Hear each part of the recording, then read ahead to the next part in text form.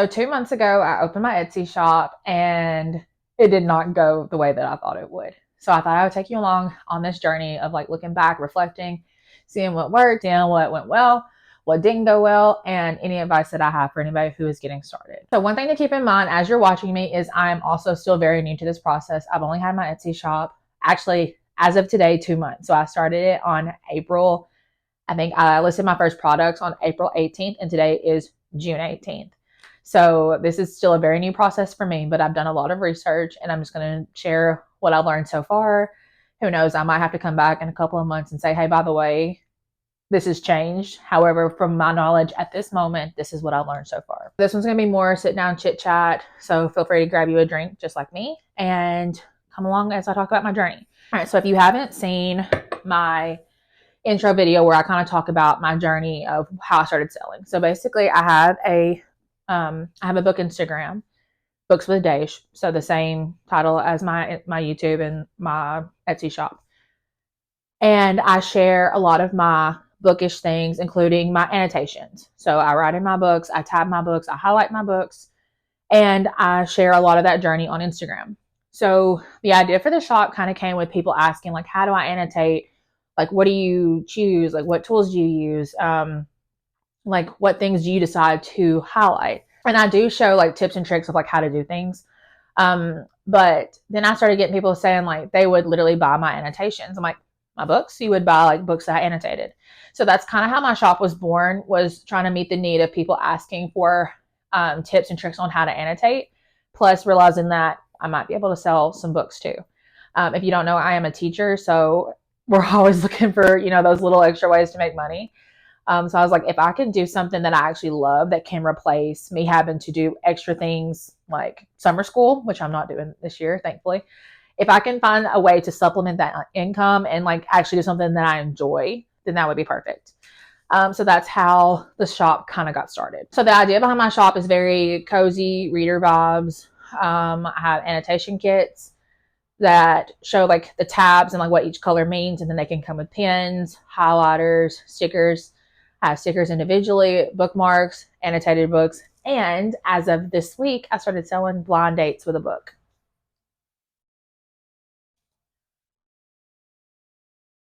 So I love being creative. And that's one reason why I wanted to start making stickers. Actually, two reasons. Making stickers came out of two different things. One, I do like being creative, but I also use a lot of stickers. And I was like, if I can figure out how to make my own stickers, I would save so much money. And then two, the other, well, I guess that's probably three. The other reason I needed to learn how to make stickers was I ordered some stickers from someone and they did not come in. I don't know. She wasn't messaging me back and I was getting frustrated because I needed to send a book to a friend, but I needed those stickers. So I started messing around because I'd been playing with this idea. So I'm like, what if I just make the stickers I need? And the shop was born. Getting started, I did so much research. I actually watched a video and she said, if you don't become obsessed with it and researching, like you're not going to be successful. And it's so right. There were so many things that I had to look up. So many things I didn't understand, so many things I didn't know how to do. And I promise you, somebody on the internet has had the same problem, and they're going to help you with that problem. There are so many YouTube videos, people that I watched, like I think it's Noelle Creates. I watched a lot of her videos, like on how she got started and figuring out like kind of how to do things. I've been watching a lot of people that make stickers, a lot of people, I was having an issue printing bookmarks. So I watched a YouTube video about it. I watched videos on how to use Etsy, how to make it, you know, the best, I don't know, to make your store the best that it can be. And I'm still learning that, honestly. But I've done so much research, and at the beginning, it was literally keeping me up at night. Luckily, I'm sleeping again. But I would literally wake up, I'm like, oh, but you know what I could do? And it was taking over my life. But that research phase really has helped me. And at this point, I'm really moving steadily, especially since I figured out most of like the shop problems, like product issues that I was having. Now I can kind of relax on the research. I'm still very much a nerd though, so I love learning new things. So I've been watching a lot of videos. But research, I cannot say it enough. Because I promise you, if you go in without having like a plan and like figuring out what works and what doesn't, it's going to be harder for you. So like I said, I chose my product based on what I was already doing. So nothing that I started was like necessarily new for me. Like I've been buying tabs to make annotation kits for myself.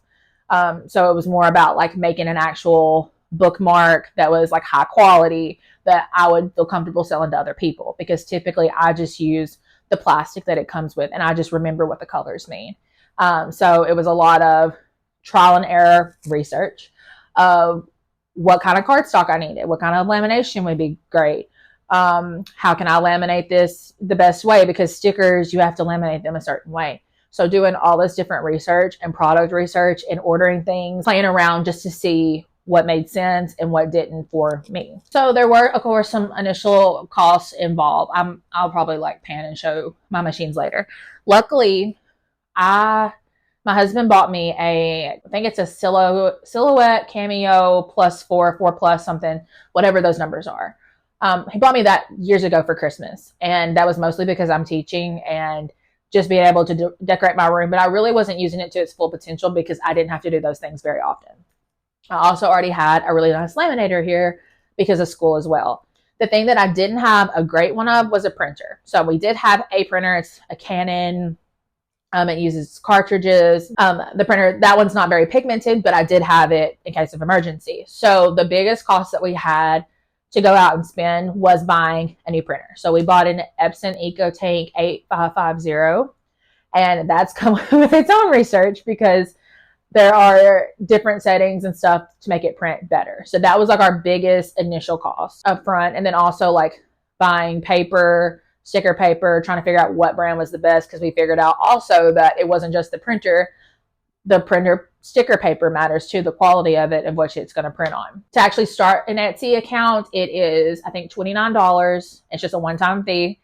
And then each listing is 20 cents.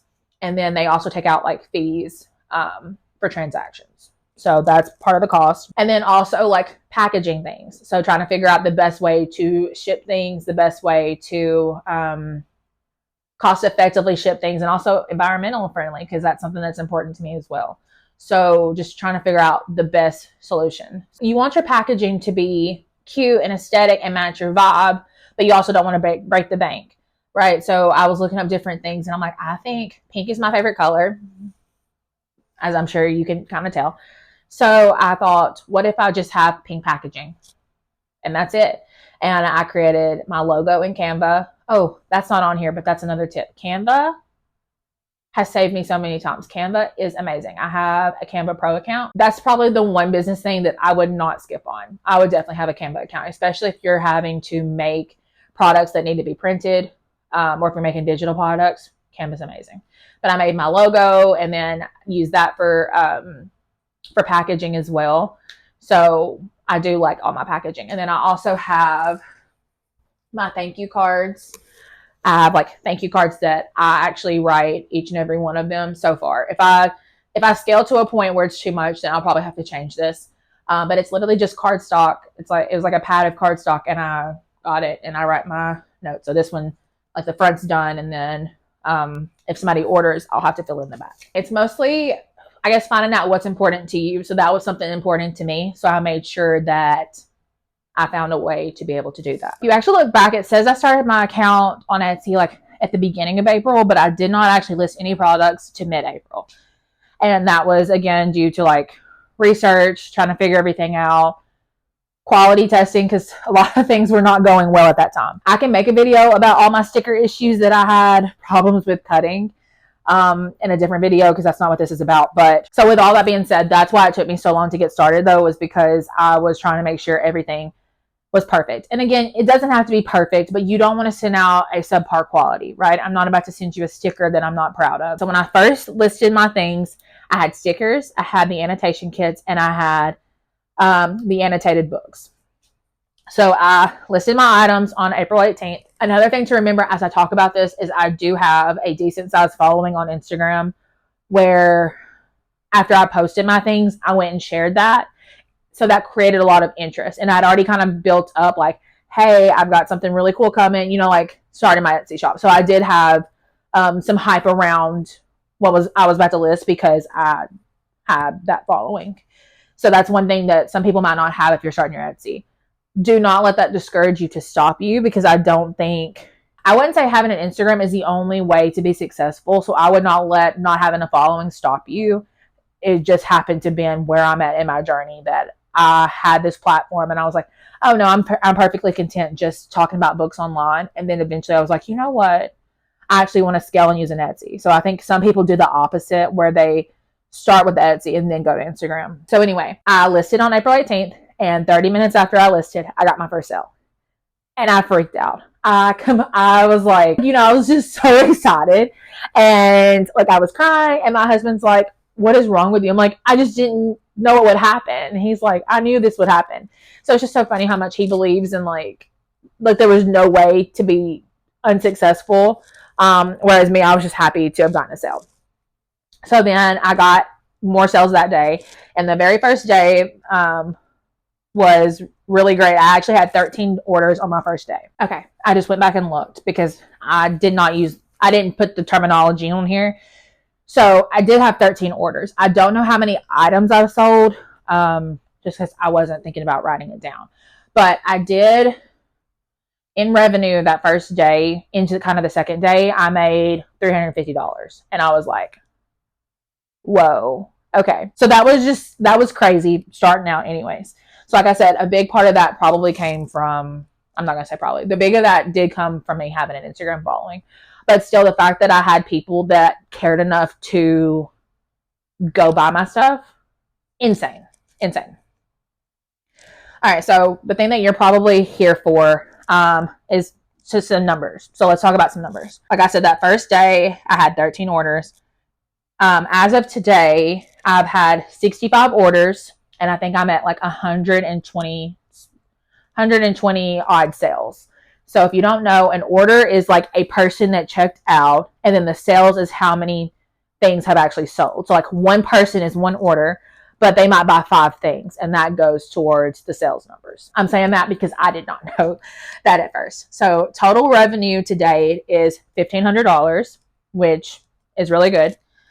And then I think I mentioned earlier the Etsy fees. So, of course, that's taken out. And then cost of materials. So most of my actual materials that I have to buy often are not that expensive. I have cardstock, sticker paper, which I've only had to buy both of those, I guess, the first time, and then I had to buy another set. Mostly because I kept messing things up, so I ran through them pretty quickly. Like I said, my most expensive expense was the printer. So of that $1,500, I made around $900 in the first month, and then the rest has been since then. So like I said, this is my second full month selling. Just for some transparency, I have been using Etsy ads to market and be able to see how that runs. I've done some research that said that's important, but I've also seen people say that Etsy ads are not important. So I've been kind of trying to play with that by myself and see. So far, it has definitely been a learning curve because it hasn't been fruitful in the way that I've hoped. Like I said, yes, I've had sales, but the amount that I'm putting into ads has almost like zeroed out. I wouldn't say zeroed out, but like I haven't been able to enjoy the profit of what I made because I'm mostly putting it back into marketing. So I actually talked to my husband this morning, and I had an idea and pitched it to him. Like, what if I tried this instead? And he liked the idea. So I'm going to mess with that for a couple weeks and like watch the data, see what happens, and then go from there. So some graphics I'm going to put up on the screen. You'll be able to see that I have a lot of people like favoriting items, a lot of people following the shop, and then a lot of people adding things to cart but not checking out. So those are positive things, right? That you want to be able to see.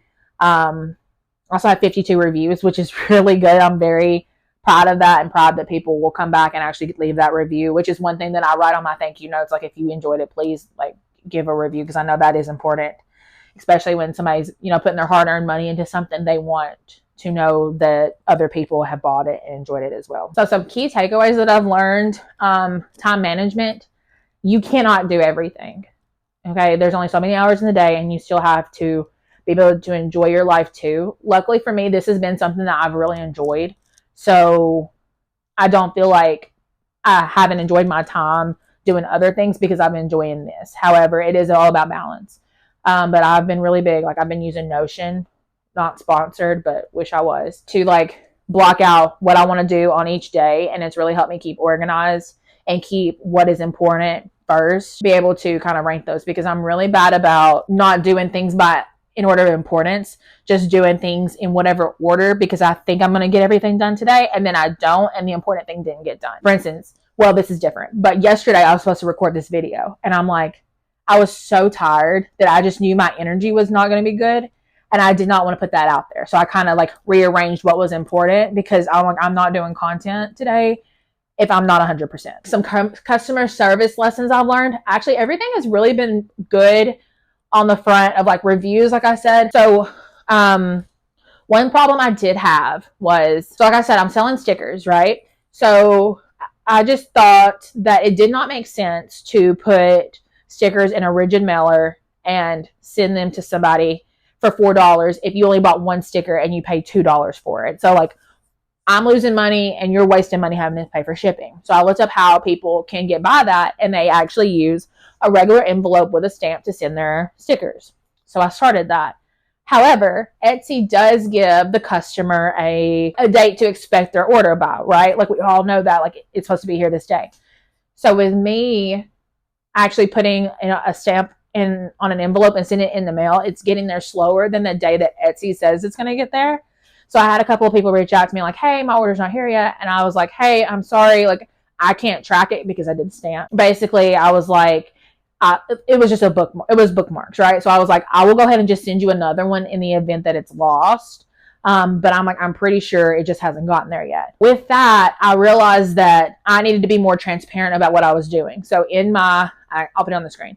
But in the listing photos, I put that how I ship. And basically, it's a mutually beneficial thing, right? Like I'm able to offer you free shipping. However, I'm not having to eat the cost of the shipping by much. It's an envelope and a stamp to keep that low. Because I was like, if this doesn't work, I'm going to have to go back to like charging for shipping. I made sure that it was already in the listing, but I made sure to say like it can take a certain amount of days for it to get there, and just, please be patient. But the other thing I did was I changed my processing time.